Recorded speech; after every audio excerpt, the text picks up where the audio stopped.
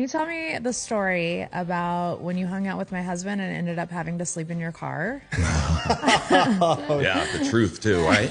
Yes. Yeah, that was a good night. Can I tell the whole truth and nothing but the truth? So help me God. I'll tell you my version of the truth. So I drove there and we're sitting around with Baelish and Jelly and some other dudes and him and stuff. We had some like tequila and stuff, and then there was like some, coke came out. So I was like, oh boy, this is going to turn into something different. I was like, oh, I drove, so I was trying to kind of be like, oh, I drove, I can't really. He's like, oh, don't worry about it. My security card will drive your car home. And I was like, well, then how's he going to get back? He's like, my other security guard will drive him back. And I was like, so I kind of ran out of excuses. So I was like, okay. And so we drank, he spelled out a giant G and a giant J and Coke, like spelled out the lettering. But he didn't touch it. So I did the whole G. And we recorded the song. And I remember, too, it took me, because I was so yacked out, it took me I was going to say, I thought you turned into like the not the fun guy when you did.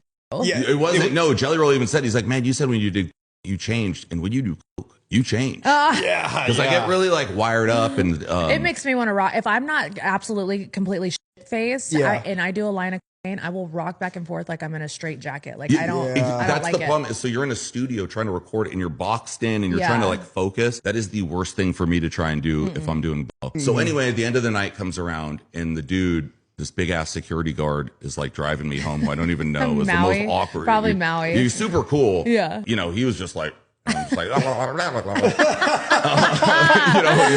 he's like, shut the white boy. So he drives me, none of the other guys follows, and then we get there and I'm knocking on the door and no one will let me in. I'm pretty sure my wife It's like 7 in the morning or 6 in the morning. No, the sun was coming up, so it was like, I hate that feeling. So I was like, dude, I'll just go in my car. It's fine. He's like, no, Jelly told me not to leave until I see you go in the house. I was like, dude, leave. And he's like, I can't do that. And I was like, dude, you're going to get me, like, this is going to be way worse if my wife wakes up and I'm here with some giant security guard. It's going to make me, he's like, I'm sorry, he's my boss, I can't go. And I was like, oh my God, what am I going to do? And like, people are waking up and walking their dogs. This guy's like 7 feet tall and I'm standing out front of my house, out of my brain.